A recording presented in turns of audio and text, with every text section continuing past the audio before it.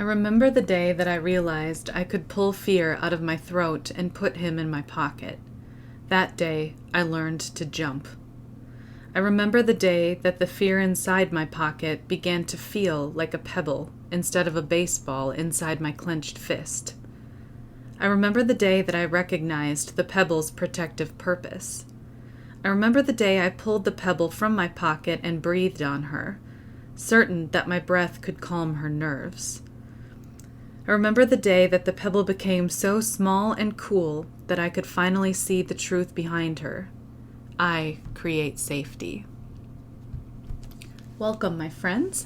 That is a piece that I wrote at my lovely writing group that I attend on Thursdays, but also sometimes just periodically through the summer when they offer sessions outside, which you know that I love outside in the summer heat, so it's just been fantastic.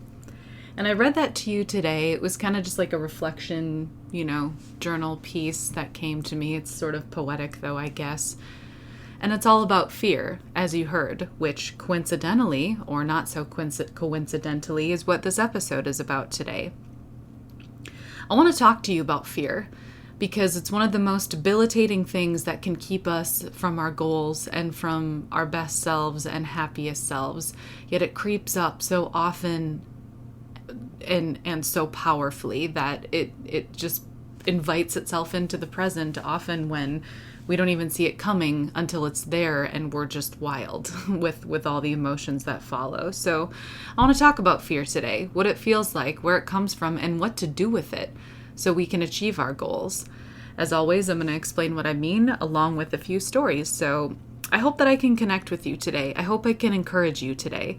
Because if there's one thing I know about fear, it's that it so painfully keeps us from what we really want and what we really need and what we really hope for. It doesn't mean to, but it does. So let me begin by explaining more about what I mean by that. So fear, right? It's a primal instinct. It's not just an emotion. It stems from a primal instinct of survival. I think that's why it's something that just pops up for so many of us all the time, right? Fear. We have millions of years of DNA downloaded into us, that was primed to hold on to fear. Because if we're afraid, then we know to protect ourselves, right? And you can go back to the days where we lived out in the wild and there were dangerous animals and the elements and things like that, where we need that, right? The guy who walked out in negative 50 below weather and wasn't afraid of freezing to death probably died. The guy who tried to shake hands with the saber-toothed tiger probably died. So we need fear, right? And because it's connected to survival, it's a very powerful DNA download that we have. It's in there. But, as time goes on and, you study things like Maslow's hierarchy of needs, right? And human beings start moving up that pyramid toward love and creation and things like that, fear can often be counterproductive because it keeps us in survival mode. It doesn't help us transcend, right? It doesn't help us to experience love. It just keeps us alive. And it's programmed to remember to keep us alive. But you've probably heard, before that often those instincts of survival are then sort of, the lines get blurred between actual physical danger and emotional danger. So we often can interpret an experience that is an emotional as a threat to our survival. And it takes over the whole body, right? So what does fear feel like? Now, this can vary from person to person, but for me personally, I kind of feel like I'm on fire. And what I mean is my nerves all over my body, mostly in the tops of my arms, back of my neck, things like that, they feel very sensitive, like any kind of touch, and I'm ready to just snap, So when people have touched me when I'm afraid, I get really jumpy and I don't like it. And that's because the instinct, right, from that fear is to fight or to run, not to stay and be touched. So sometimes when we are touched, when we are afraid, it's like, stop, don't touch me, even when someone's trying to comfort us. So fear can kind of feel like your veins are on fire, really, or they're very just sensitive to the touch. You can often feel frozen in fear, where you're just kind of standing there, not dumb, but just like, I don't know what move to make because I'm just trying to process this. Fear is sometimes felt in my stomach too. My stomach drops because I'm afraid. And what I'm most afraid of is losing something that I love. And I think a lot of us can relate to that too. But I'll talk more about that piece in a minute. So in terms of just what fear feels like, generally it's felt all over the body. Again, for me, it's sensitive nerves in my arms and neck and a pit in my stomach. I'm just rigid, sensitive to the touch, and it might feel a little bit different for you. Maybe you can feel your heartbeat in your ears. It's just pounding like that. That can be the experience sometimes too. And to go into further detail about, how this is felt in emotional experiences, it's like, when we experience fear in emotional settings, often it's tied to some sort of heartbreak, right? So when we feel afraid with our partner, often our body is, like during an argument or something, often our body is reacting to past experiences, either with that partner or with heartbreak. That's a pretty common one, right? Is fear of experiencing that pain again, or fear of what we're going to lose. And sometimes we experience fear of taking risks too. That would be the other big one. So with emotional experiences, often it's fear when it's related to love, or it's fear when it's related to being vulnerable and living our dreams, putting ourselves out there. Too many of us have experienced some sort of quote unquote rejection, and that felt embarrassing. That caused fear because you took a risk, it wasn't rewarded, then you think, oh, I shouldn't do that, and you're afraid to do it again. That's the other experience that we often have with fear, where we're vulnerable, we put ourselves out there, and we're rejected. To get into a specific with that, an example could be, let's say you want to be a comedian, and you do an open mic night, and you are completely just booed off the stage. Or maybe you're not booed off the stage, because I think what happens more often than not when we take risks, okay, whether that's the risk of telling someone our dream, like, hey, I want to be a comedian. Or maybe you share a joke with a circle of people at the table and they don't say anything. Like, you put yourself out there, there's a specific kind of feedback that you're looking for, and you get nothing. And then it's like, oh, shit, that was embarrassing. Nobody said anything. You know what? I have an example of it today, actually. Let me be more specific. I don't want to be a comedian, but at my writing group today, I had an idea for another writer's story. And I went into, he shared one of his stories, and then he was talking about how he has this other idea, or he needs to write this stage play for this company in New York, and he has to write comedy, and he's nervous about writing comedy because comedy writing is really hard. So he shared a piece from something else that he wrote, and then he was just kind of talking to the group about how he had no idea what he was going to write. And I kind of chimed in, because we will talk about each other's writing or give each other ideas, things like that. So after he read his piece and after he talked about not knowing what to write, I chimed in and I said, hey, you should do an interrogation comedy. Those are often really funny when something, funnily sort of bad happens, and there's, an interrogation scene from a detective, and they have all the goofy characters coming in and being interrogated. And I gave an example from Reservation Dogs, because I love that show, highly recommend, on Hulu, where the characters were interrogated about a bus being on fire, and it was just hilarious. And so anyway, I just gave an example of that show and a few others, and I was all passionate with talking about it. And I put it out there into the air, like, yeah, you should do this. And I was all pumped up, and I was into the idea. I'm like, oh, he's going to love this. The group is going to love this. Maybe someone else has seen that show and they'll chime in. And I was sitting here at a group of 12 people or so, making this suggestion and talking all passionately about the show. And then when I stopped, nothing. And the instructor immediately just jumped into, so anyway, what I really liked about your piece, like, so just nothing, just air, just crickets, just nobody said anything. And then the instructor jumped in and then started talking about something else. So nobody even made a comment. Now, this might seem small, okay? I felt a little sheepish because I was like, oh shit, was that dumb? Here I am talking all passionately, and nobody had anything to say. You know, it's hard when you put an idea out there in front of people too, and nobody says anything. So fear happens sometimes when we take a risk and we don't get the kind of feedback that we need, or we're rejected in some way. What happened to me today was very small. I just felt like an idiot because what I wanted was for people to be like, oh my God, I saw that show too. Or yeah, that would be great. Just anything. But when people just say nothing and change the subject, you feel like a jackass. So this fear can apply to so many other things when it comes to our dreams or just putting ourselves out there. You know, maybe you have a situation where you spoke up and you had an idea and people just kind of dismissed you and you think, well, shit, I'm not doing that again. Because fear is about this risk reward kind of thing. Oh, last time I did that, it didn't feel good, so I shouldn't do it again. This can cause problems for us in love and living our dreams, because the problem with this whole risk-reward fear emotion is that by not being vulnerable and taking risks, we will never actually get the reward. We will never actually get to experience safety by building up that resilience if we just continue to avoid it. So let me back up a little bit and talk about love, and when it comes to fear with love.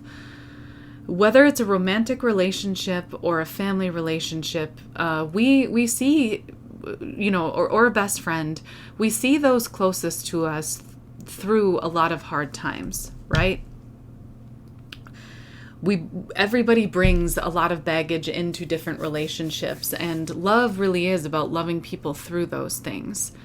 But sometimes in the heat of an argument or the heat of a really hard time where stress is just pouring down on you and you're afraid of the outcomes of all of those things, it can start to color your vision about the outcomes of multiple things, right? You're afraid. You're afraid of what, you know, how something might work out. You're afraid to lose the person you love because things get too hard, or you're afraid the person will leave. For me, you know, with my abandonment issues, I'm always afraid people are going to leave during hard times. And so if there's an argument or there's too much baggage or there's too much stress and I'm not acting like my best self, you know, I'm lashing out more, I'm moody, I'm like, oh my God, now I'm afraid he's going to leave or she's going to leave because I'm too emotional and they can't handle these outbursts and they can't handle this instability. And it's just too much. You know, it's just too much. I've been vulnerable before and this person couldn't be there for me. So now this person, and then you just kind of start spiraling, because at the heart of it, you're afraid to lose, you know, the one that you love because maybe things get too hard. Or, you know, you're afraid that they'll reject you if you're not acting perfect all the time. And the problem with fear is that it blurs the lines of truth. Because fear feels true. In the moment, you're certain, I'm going to be abandoned. They're going to leave me. I can't take this risk. It's too embarrassing. I know what they're thinking. They thought I was so stupid. You know, we also assume things are true that may not be true. We don't know what goes on in other people's minds, but in our heads, we tell ourselves, oh, they thought I was an idiot. Oh, they're going to leave. Oh, I can't. And then it just becomes true. And then you're panicking.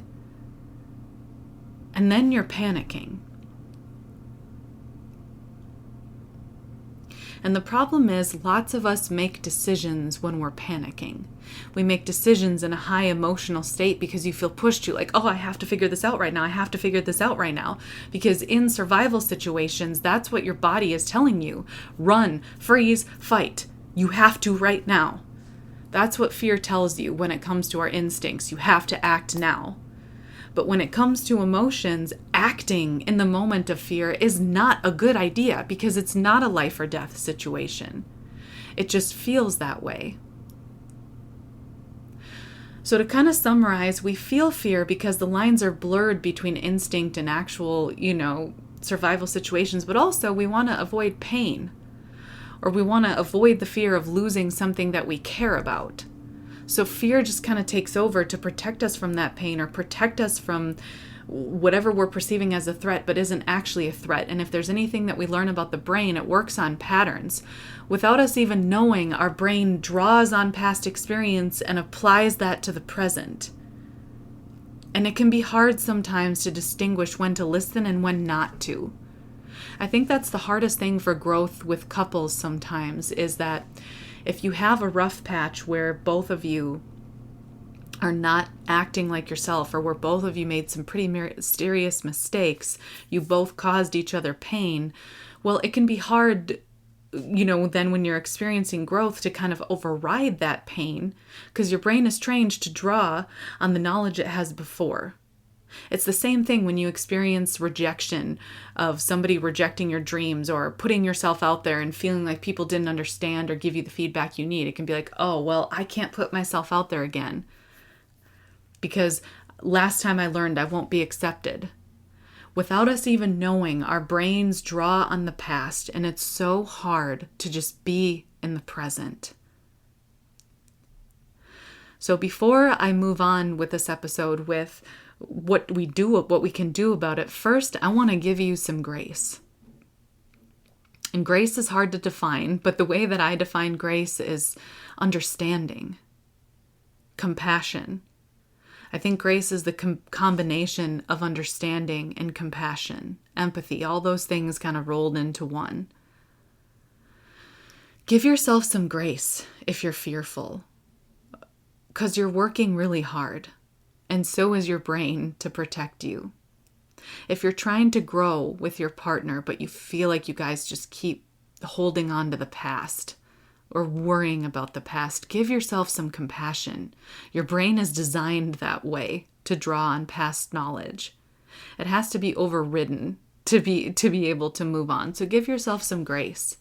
If you've experienced the pain of rejection, whether that's of your dream by a family member, or you put yourself out there in a meeting or a presentation and nobody really said anything, you went for a promotion and you didn't get it, whatever it might be, give yourself that grace, because your brain is designed to help you avoid risk and pain in general, because that's what's going to help you survive.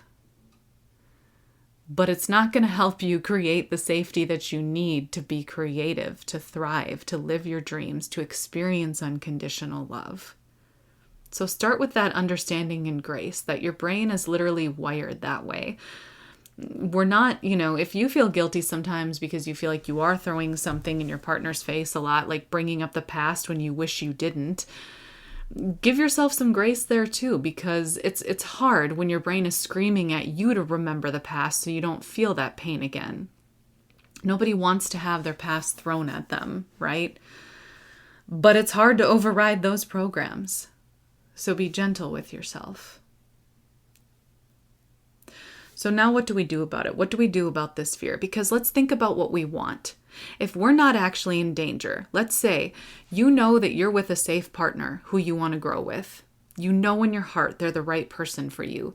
Or you have a best friend who you know in your heart is your best friend. You want to grow with them. You want to hang with them. You want your relationship to get stronger, but in both scenarios, romantic or friendship or even family, the past, arguments, instincts, nerves, external circumstances keep kind of getting in the way. But you know that what you want is that unconditional love, safety, and growth.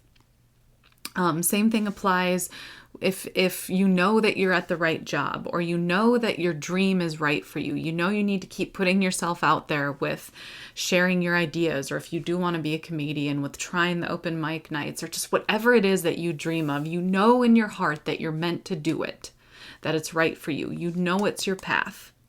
So this next part is the part where it's like, you're with the right person, or you know that you're pursuing the right path. You just need some help with overriding some of these fearful programs. This is what you do. Number one, it can be really hard, but I can tell you from experience that it has made a huge difference.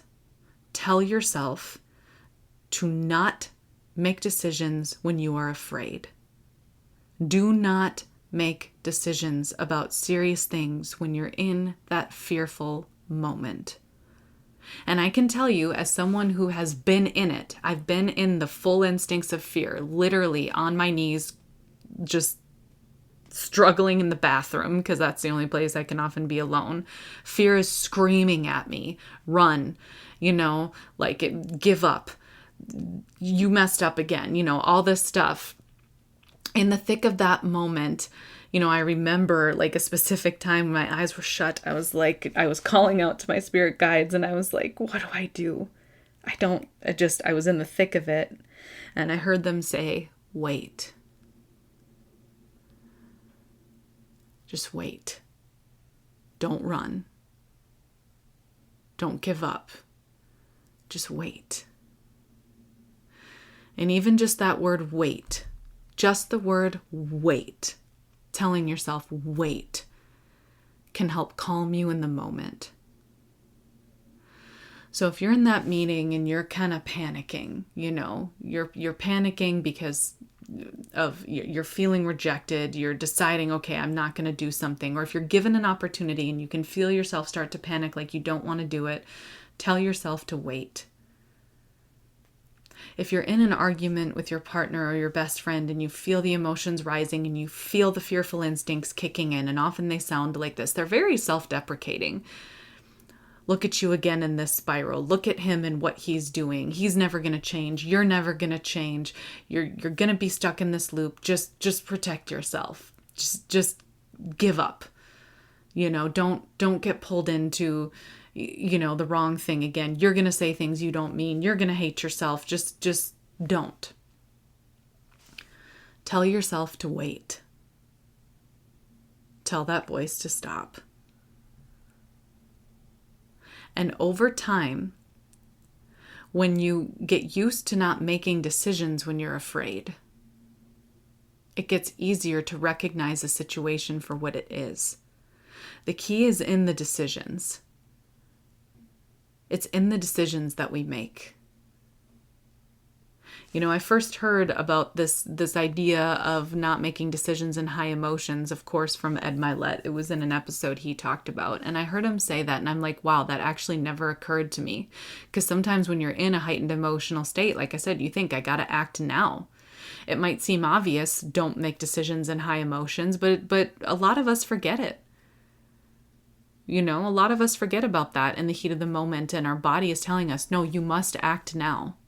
So a simple way to override fear is to just tell yourself in the heat of the moment, even if it's in your own mind, wait.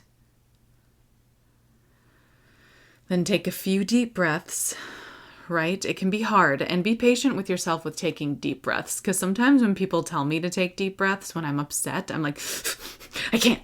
And then I give up really quickly after these short, big bullshit breaths. I can't. You get frustrated because you're not calm. Be patient with yourself, even with breathing. And if your first deep breathing is kind of huffy puffy, that's okay. Keep going. It will slow. And counts of 4 are kind of the general measure that people use, right? So in for 4 seconds, holding for 4 seconds, and then out for 4 seconds. That's kind of the standard breathing count time for calming down. So start by telling yourself to wait and to calm down. And don't make decisions, when you're in that fearful state. If this is something emotional, if this is related to your dreams or to love, don't make decisions in that emotional state. That's a big one. And then, like I said, over time, when you get more accustomed to not making decisions in that emotional state, you'll see, and this is where the pebble part of what I wrote comes in, is that you'll see that you become less of a victim towards your instincts. Because the second part of this is recognizing your instincts for what they are. So once you've said wait and you calm yourself, ask yourself, why am I so afraid? What am I afraid to lose? That's an important one. What am I afraid to lose? Maybe it's your partner. Maybe it's your dignity. Maybe it's your job. Maybe it's just ask yourself, what am I afraid to lose? And then remind yourself that you still have it. You're not going to lose it. Remind yourself of your power to choose and the other person's power to choose. You choose them. They choose you. You chose this job. You chose to put yourself in this position. You have more control than you think in situations where you feel nervous. So identify what it is that you're afraid to lose, and identify why you're afraid in general, because naming it is so powerful. For me, it's like, as soon as I identified that the root cause of most of my fears is fear of abandonment, once I knew that I'm always afraid of being left, I was able to name it in the moment. I was able to realize, okay, I'm afraid they're going to leave. They're not going to leave. I would tell myself, they're not going to leave, and you're not ever going to leave yourself. So it's okay. So identify what it is that you're afraid to lose, and just give yourself a couple lines. Say, I'm not going to leave you. Talk to yourself. Tell yourself you're not going to leave. Remind yourself that person's not going to leave. Remind yourself of what you can do. If you're afraid of being, of vulnerability, remind yourself of your gifts. I have a strong voice. I have brilliant ideas. I can communicate, I can communicate powerfully. And over time, you will start to believe it. You will start to realize that you have more control over fear than you thought. And those instincts won't kick in so powerfully. You become used to judging every situation as it is in the present moment. You can stop yourself before you spiral too far into fear cycles where you're just overwhelmed by whatever the core issue that it is that you're afraid of. You can avoid those secondary emotions, right? Like anger. Because most of the time, fear is felt before anger is felt. Because anger comes out when we feel threatened and we're trying to protect ourselves, right? So the more that you identify what fear is and comfort yourself and stop yourself from making decisions or lashing out, the better you can, avoid some of those then explosive emotions that follow. That's a big one. And then I want to close with the reminder that where the body fails us, spirit can save. I've talked to you guys a lot about the shadow spirit that I encountered in Boynton Canyon. And I'm going to say this, I perhaps have said it before, but I need to say it again. One of the most striking things to me about that photo that I shared with you of that spirit, go back and listen to the shadow episode if you don't know what I'm talking about, is that spirit was in me. A lot of times when people take snapshots of spirits, they're far away or they're behind them, but this spirit was in me.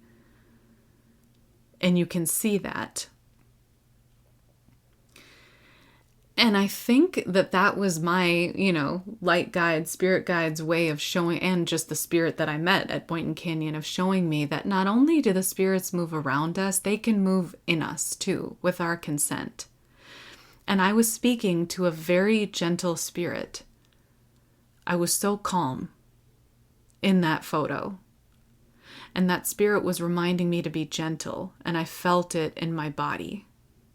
When I talk to my spirit guides and I say, help me, I'm scared, and they give me the word wait, that instantly helped calm me. I'm here to tell you that spirits are real. And I 100% believe that just like me, you have light spirit guides guiding you. You have help from spirit. They will be there for you when moments are tough, when your body is panicking. So when you're panicking, but you're not in any actual physical danger, ask for help from spirit. And it can be as simple as light guides, good spirit guides. And make sure you add light and good, because you don't want any negative assholes creeping in. Make sure you ask for your light guides, my good guides, light only. Help me. Help me find calm. Because spirits can work within us, within our consent. Just as I believe they help, the beautiful things of this earth to grow, despite some of the danger of the elements and climate change and all that, things are growing, things are thriving, things are making it against all odds. Well, that's help from spirit. That's help from the things that move in this world that we don't see as easily as other things. But again, I think the reason I was given that photo is to show me that it is real. To show me that with our consent, spirits can move in us. They can help calm us where the body maybe fails sometimes. Meditation in itself is connecting with that spirit. And even as I'm talking about it right now, I can feel myself calming down. So know that you are not alone. You do have very real guardian angels. There are very real and good spirits at work in this world who want to help create peace inside you and in the rest of the earth. It can be a difficult thing to understand that we are loved by spirits, but would it encourage you to know that you are one too, and that perhaps these good spirits love you because they know you, because you might be like them. Human beings have physical bodies, but we are also very much divine. We have a spirit. And the good spirits of this world recognize us. So when it comes to fear, remember that you are never, ever alone. And when you're panicking, you can ask for help, and you will be given that help. You will absolutely be given that help when you need it. Fear can be a difficult thing to talk about because it is debilitating. And it's been hard for me to fully explain some of these things because so often fear has kept me from reaching my goals, whether those are goals of love, of my dreams or whatever it might be. Excuse me, there's a knock at the door. I'm busy. Can you give me a minute? All right. Well, we are all hungry sometimes. Just a moment. Fear that someone's gonna knock on the door and interrupt your epic ending to the episode, but thus is life. Know that, just to summarize, kind of what I'm trying to communicate to you. Yep, but not if you keep knocking.